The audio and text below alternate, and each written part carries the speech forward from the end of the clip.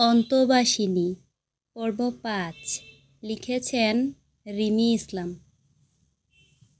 বারান্দার টবের গাছগুলো দমকা বাতাসে নড়ে উঠল। ধ্রুবর হাতে জ্বলন্ত সিগারেট, চোখে ঘুমের রেশমাত্র নেই। ভেতরে তার তুমুল ঝড় চলছে, যে ঝড় থামাতে চেষ্টা করলে উল্টো আরও বেড়ে যাচ্ছে। পাশে এসে দাঁড়ায় জয়ন্তী। ধ্রুব তাকায় না। ধ্রুব, কিছু খাবে চলো। জয়ন্তীর গলার আওয়াজে ধ্রুব এবার ফিরে তাকায়। তারপর বলে, মাফুপি ফিরেছেন? না, কাল আসবেন।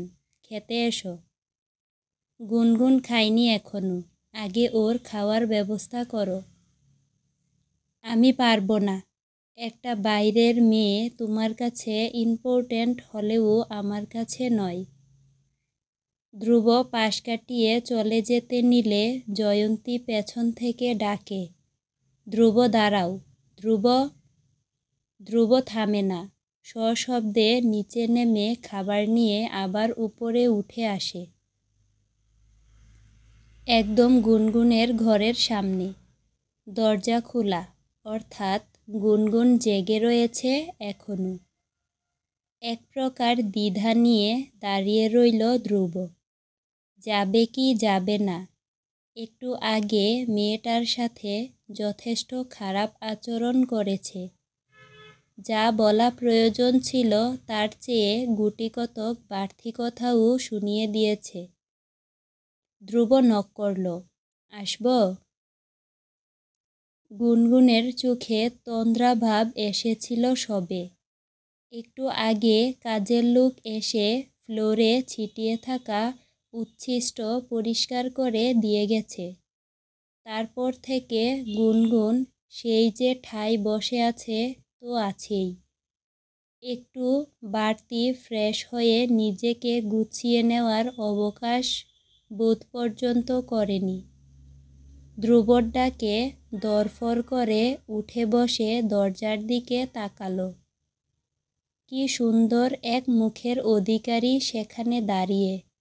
মুখের হাসিটা আর ঠোঁটের বাঁ দিকের সেই তিলটা, উফ, মারাত্মক। গুনগুন কেন, যে কোনো মেয়ে প্রেমে পড়ে যাবে। বিশালদেহী ধ্রুবর আগমনে গুনগুন ভেতর থেকে খুব শান্তি বোধ করে। হেসে বলল, আসুন প্লিজ, আপনারই ঘর। ধ্রুব হাতের প্লেট রেখে বলল, উহু, এখন তুমি থাকছ, তাই রুমটাই অধিকার কেবল তোমার।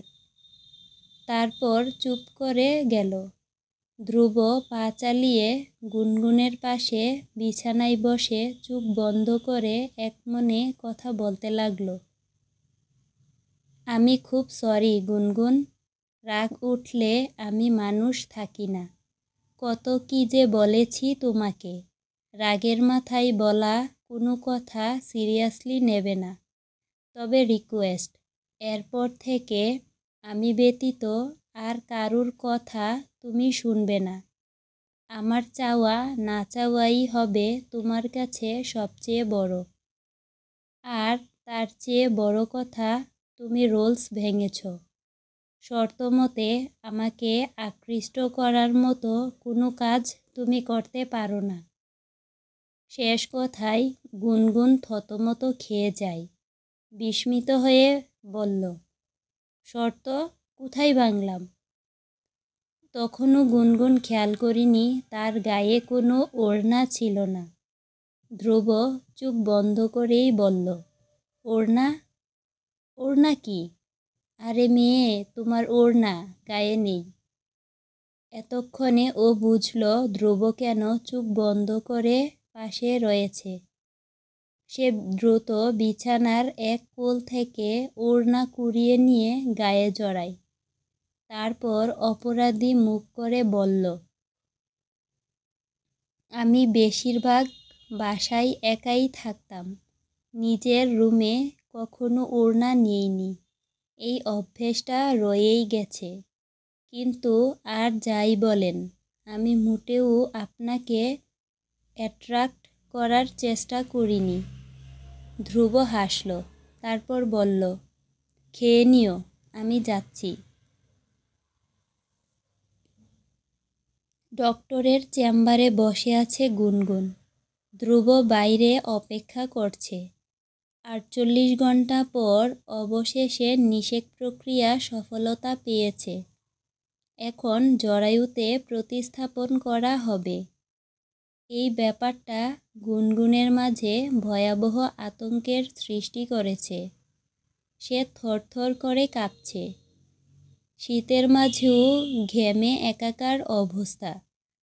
ডক্টর হাসি মুখে তার সামনের চেয়ারে এসে বসলেন। সো আর ইউ রেডি গুনগুন? Just a simple operation. ঠিক অপারেশন বলা ভুল হবে। কোনো কাটাছেঁড়া ব্যতীত প্রসেসটা সম্পন্ন হয় বলে এতে ভয় পাবার কিছু নেই। যদিও তোমাকে দেখে বোঝা যাচ্ছে ভীষণ নার্ভাস হয়ে পড়েছ। নিজেকে রিল্যাক্স করো প্রথমে। জুড়ে জুড়ে শ্বাস টেনে আবার ছেড়ে দাও। এভাবে 10 বার করো, হালকা ফিল করবে। গুনগুন তাই করল। এখন ওর কিছুটা ভালো বোধ হচ্ছে। এরপর ডক্টর ওকে পাশের রুমে নিয়ে গেল। সেখানে হেল্পিং হ্যান্ড হিসেবে একজন নার্স আগে থেকেই ছিল। গুনগুনের আবারও ভয় করতে লাগল। যদি এমন তেমন কিছু হয় তবে? ভয়ে ভয়ে চোখ বন্ধ করে নিল। না, আর কিছু সে ভাববে না।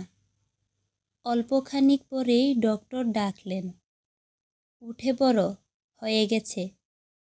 গুনগুন চোখ মেলে তাকালো।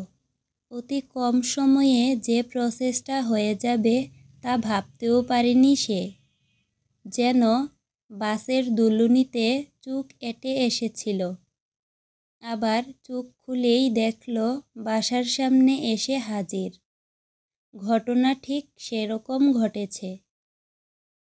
ধ্রুবকে চেম্বারে ডাকা হলো। গুনগুনের পাশের সিটে ও বসল গম্ভীর মুখে।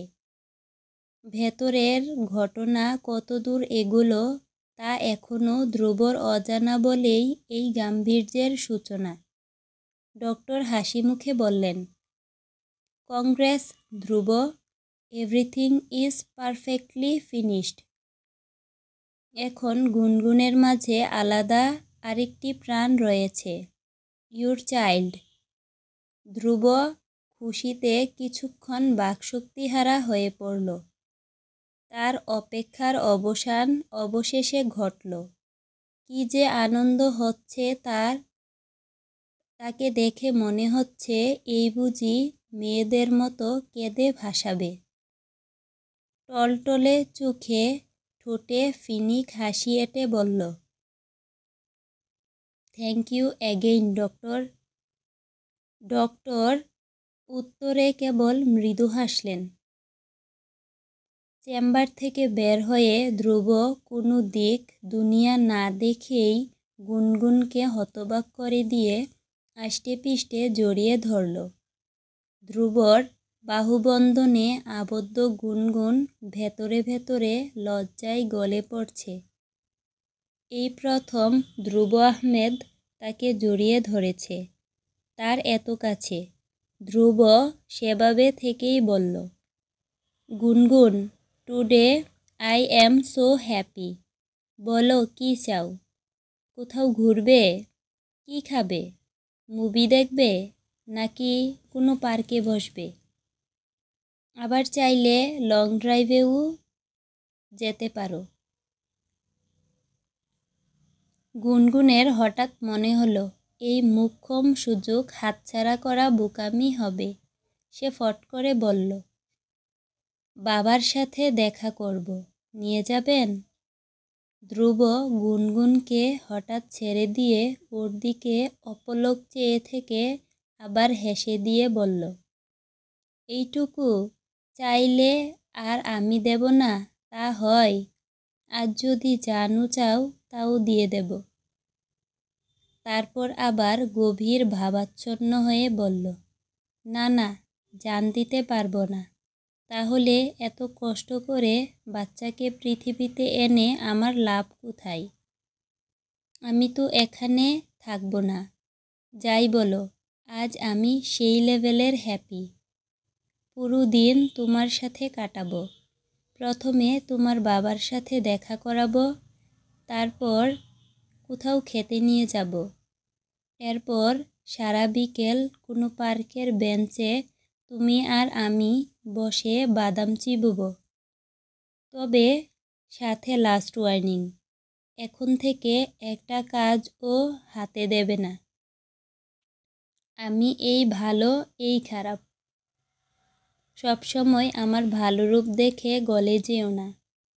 পরবর্তীতে আমার ভয়ঙ্কর রূপটা নিতে পারবে না। গুনগুনের বাবাকে যাবতীয় সুবিধা সমেত একটি সুবিশাল ফ্ল্যাটে রাখা হয়েছে। তিনি ঘুমিয়ে আছেন।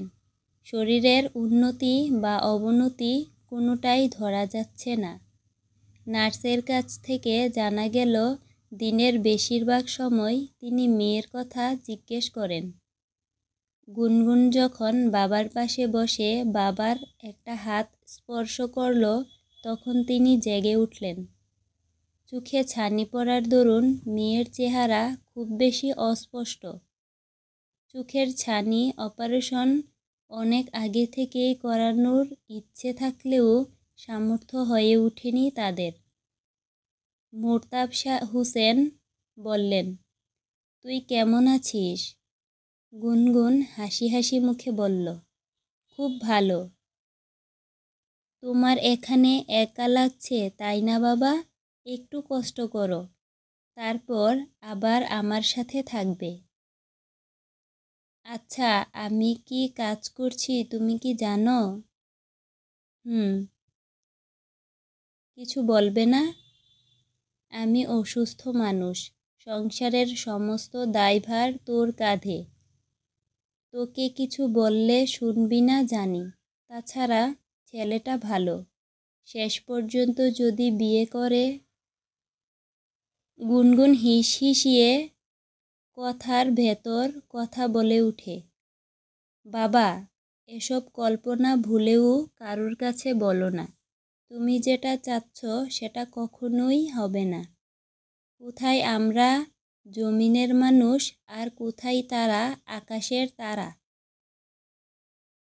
তুমি রেস্ট নাও, আমি আবার সময় বুঝে তোমার সাথে দেখা করে যাব। আবার আসবি তো? অবশ্যই। সারা বেলা ওরা ঘুরে ফিরে বাসায় ফিরল সন্ধ্যায়। হেলেনা বেগম মুখোমুখি হলেন দরজার কাছে, তবুও না দেখার মতো পাশ মারিয়ে চলে গেলেন। গুনগুনকে রুমে পৌঁছে দিয়ে ধ্রুব চলে গেল। তার মাঝে ক্ষুদ্র এক প্রাণের অস্তিত্ব রয়েছে। এতদিন যা করছে, কিন্তু এখন থেকে তাকে চলতে হবে সেই প্রাণের চাওয়া না চাওয়ার উপর নির্ভর করে। গুনগুন আলতো স্পর্শে পেটে হাত রেখে আয়নার সামনে দাঁড়ালো। না চাইতেও মুখে আনন্দের রেশ এসে পড়ল। খুব আনন্দ হচ্ছে তার। নতুন এক মায়ায় জড়িয়ে পড়ছে সে, সাথে অদ্ভুত ভালো লাগাও কাজ করছে। গুনগুন ফ্রেশ হয়ে নিচে যেতে লাগলে ধ্রুবর সাথে ধাক্কা খায়। সে গুনগুনের রুমের দিকেই আসছিল, ফলস্বরূপ ধাক্কা খেয়ে যায়। ধ্রুব ব্যস্ত ভঙ্গিতে বলল, কোথাও লাগেনি তোমার? গুনগুন মাথায় হাত বুলোতে বুলোতে বলল, একটু মাথায় লেগেছে। নিচে কোথায় যাচ্ছিলে? কতবার বলেছি নিচে উঠানামা করবে না। রুমে যাও, খাবার নিয়ে আসছি। গুনগুন বাধ্য মেয়ের মতো রুমের দিকে এগোলো। ধ্রুব খাবার নিয়ে এসে যখন রুমে ঢুকল, তখন গুনগুন পা গুটিয়ে বিছানায় বসে পড়েছে। ধ্রুব হেসে বলল, খাবার এসে গেছে। গুনগুন হাসে। ছেলেটা একই সাথে কঠোর আবার একই সাথে বন্ধুসুলভ। তবে তার প্রতিটা মুভমেন্ট নজর কাড়ার মতো। এই যেমন ধ্রুব যখন খাবার নিয়ে আসতে আসতে কথা বলছিল, তখন সে কথা বলার সময় ঘাড় নেড়ে চোখ বড় করে বলল, খাবার এসে গেছে। যেমনটা বাচ্চাদের সাথে বড়রা কথা বলার সময় অঙ্গভঙ্গি করে তেমন। আবার আরেকটা বিষয় গুনগুনের একই সাথে ভালো লাগে আবার খারাপও লাগে। ধ্রুব খাবার সবসময় স্পুন দিয়ে খাবে। ১৬ আনা বাঙালিপনার সাথে হাত দিয়ে খাওয়া সাজে। সেখানে স্পুন ব্যবহার বেমানান। খেতে খেতে গুনগুন বলেই বসল, আপনি হাত ব্যবহার করতে পারেন না? চামচ দিয়ে খেয়ে মজা লাগে? ধ্রুব একমনে খেয়ে যাচ্ছিল।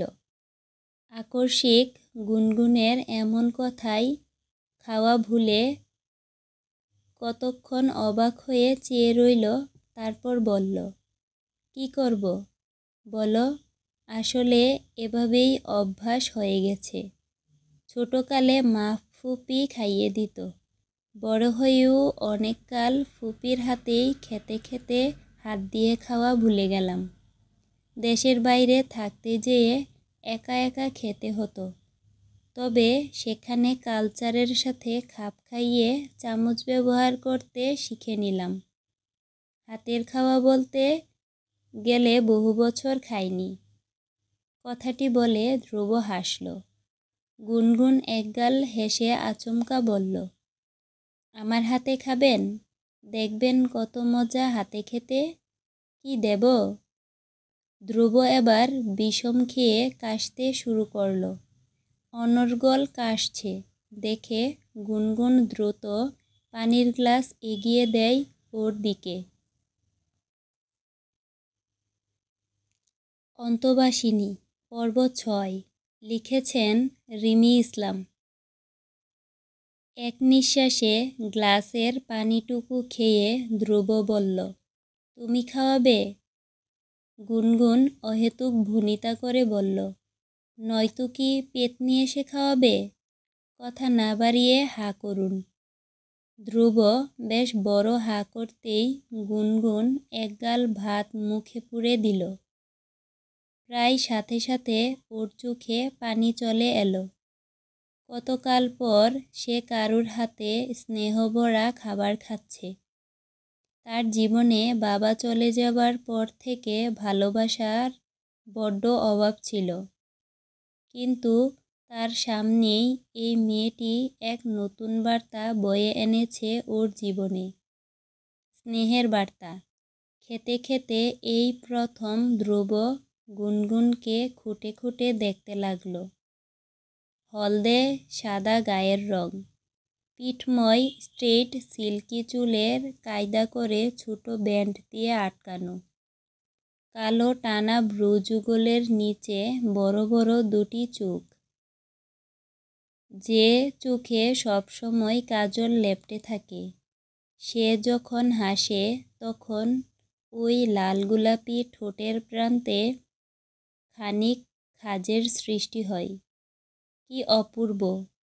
ধ্রুব খাওয়া ভুলে হাঁ হয়ে গুনগুনের দিকে চেয়ে আছে দেখে মেয়েটি এবার লজ্জা পায়। মাথা নামিয়ে প্রশ্ন করল, কি দেখছেন? তোমাকে। কথাটি মুখ ফসকে বলেই জিভ কাটে ধ্রুব। এই রে, যেখানে যেটা বলা প্রয়োজন নয় সেটা বলে ফেলেছে।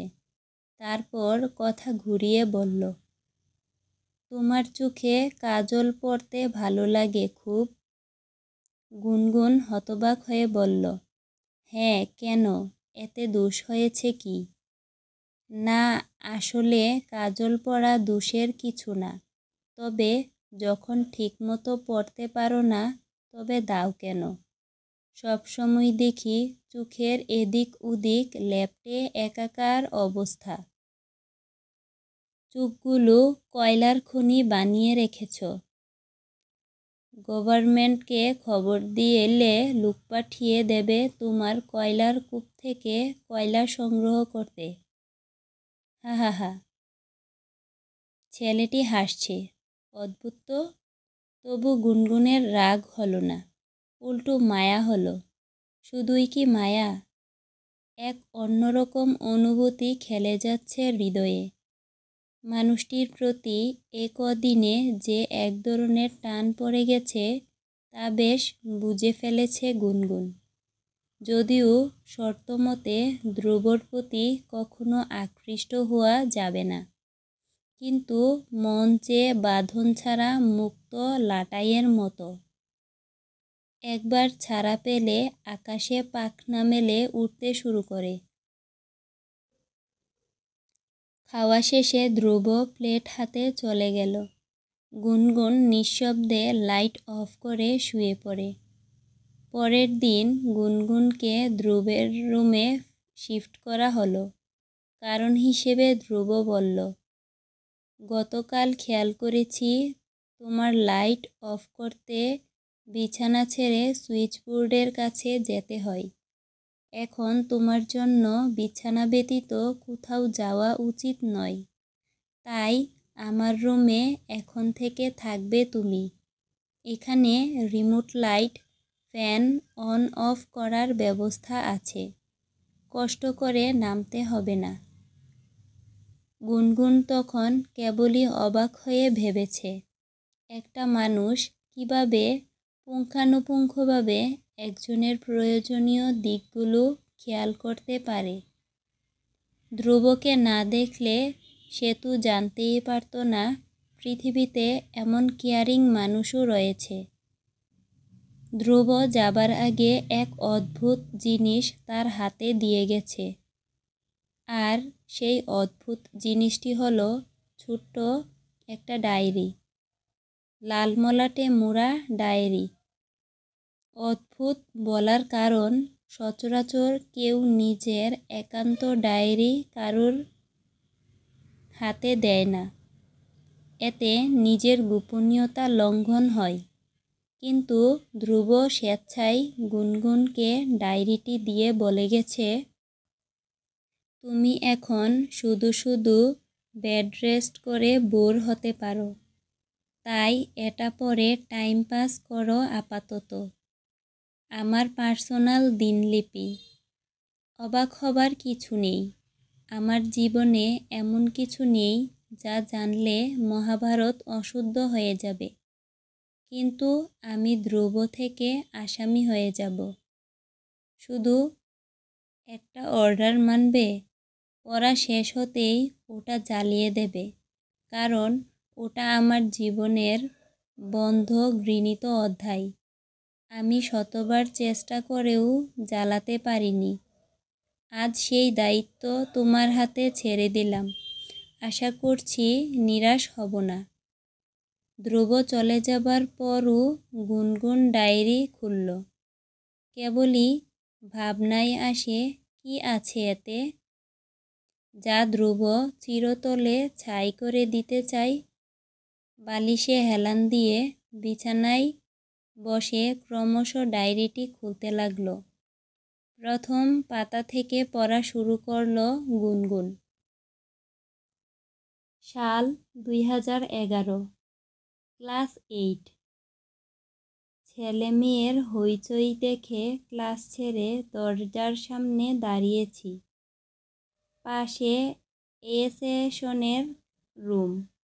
হঠাৎ দরজার ফাঁক দিয়ে চোখ পড়ল সেই রুমে দরজার কাছে স্থির দাঁড়ানো লাল টুকটুকে ঠোঁটওয়ালির উপর।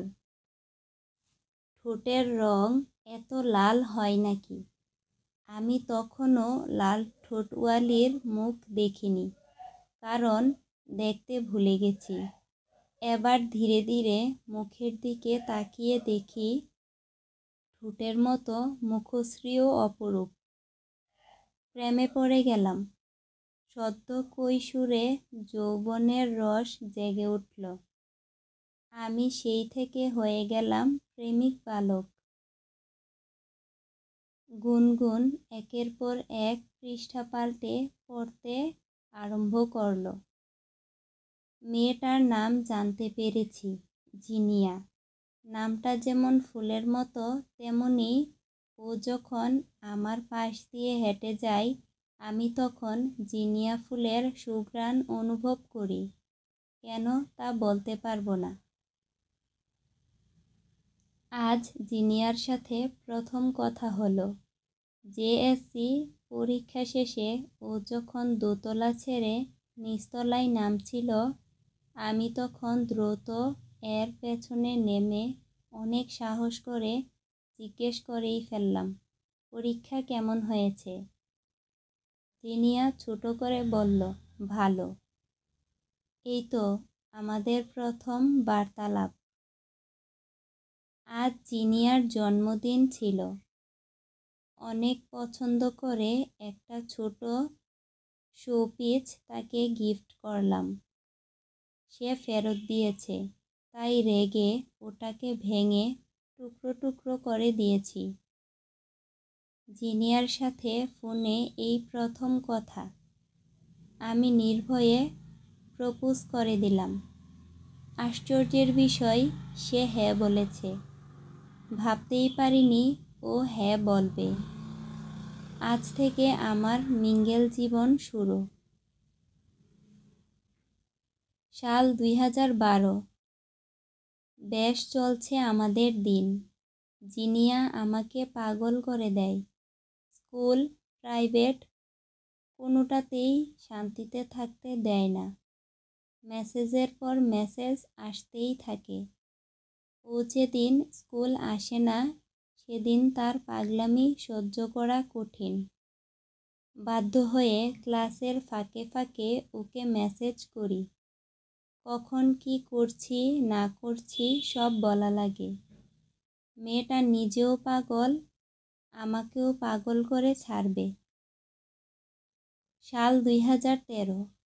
সামনে এসএসসি পরীক্ষা বলে পড়ায় ভীষণ ব্যস্ত।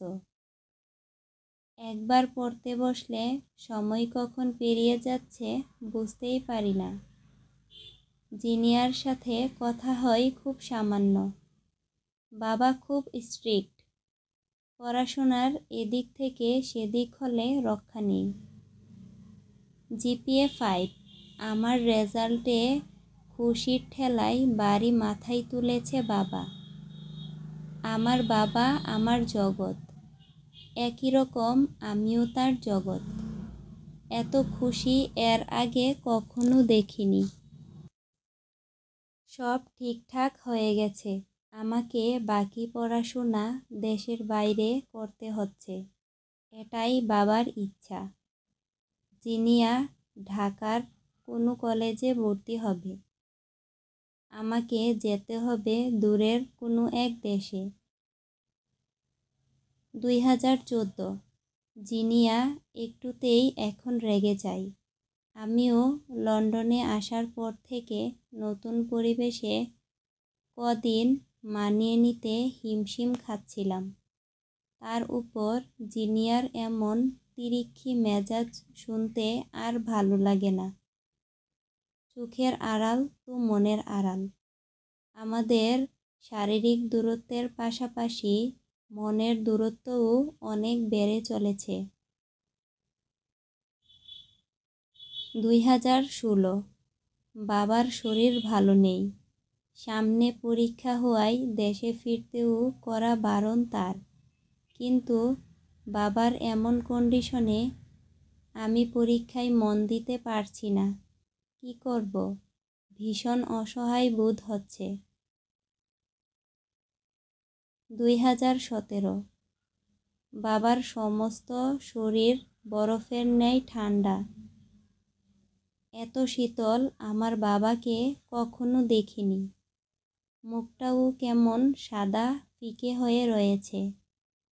এখন বাবাকে আর বাবা বলে ডাকলেও জবাব নেয় না।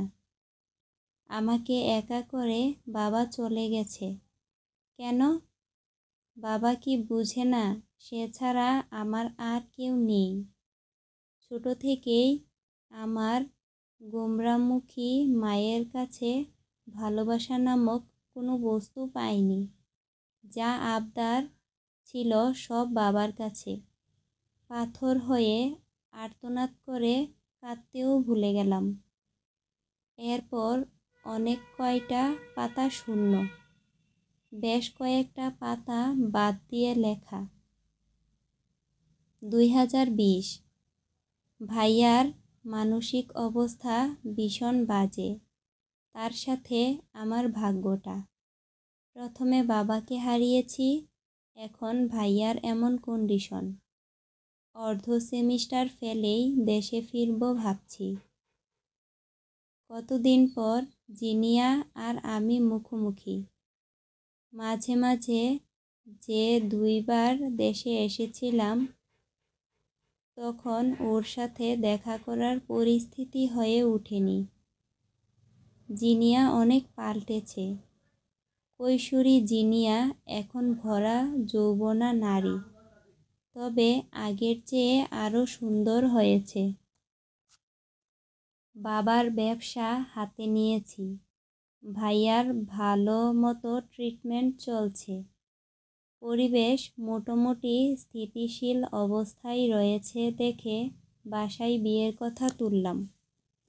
জিনিয়ার সাথে সম্পর্কের কথা সবার জানা। দেখা গেল কেউ বিয়েতে আপত্তি করল না। ছি, এতদিন কার সাথে সম্পর্কে ছিলাম, যে মেয়ে বলে সে কিনা বিয়ের পর বাচ্চা নিবে না। বৈবাহিক বন্ধন, শারীরিক সম্পর্ক এবং বাচ্চা, এগুলো আল্লাহ প্রদত্ত। যে মেয়ে এ ধরনের কথা বলতে পারে, তার সাথে ধ্রুব আহমেদ থাকতে পারবে না। এরপর আর কোনো হরফ নেই। ডায়েরি বন্ধ করে গুনগুন অস্থির হয়ে পড়ল বাকিটুকু জানতে। জিনিয়া কেন শুধু বিয়ে করতে চাইলেও বাচ্চা নিতে চাইতো না? সে কি জানে না ধ্রুবকে পাওয়া আর দুর্লভ লীলাপাথর পাওয়া সমান? গুনগুন ছটফট করতে লাগলো ধ্রুবর জন্য। ছেলেটা জীবনে যে কষ্ট পেয়েছে, তা তার নিজের কষ্টের চেয়ে ধুলো পরিমাণ কম নয়। গুনগুন বিছানার কুল ঘেঁষে রাখা স্টিলের ওয়েস্ট বাস্কেট নিয়ে ওতে ডায়েরিটা ফেলে দিল। এরপর দিয়াশলাইটের কাঠি টুপ করে জেলে ছেড়ে দেয় বাস্কেটে রাখা ডায়েরির উপর। প্রায় সঙ্গে সঙ্গে দাউ দাউ করে জ্বলে উঠল। তারপর ধীরে ধীরে আগুনের আঁচ কমতে শুরু করল। নিস্তেজ হয়ে গুনগুন আগুনের সেই লীলাখেলা দেখছিল। ঠিক তখনই কেউ রুমে এলো।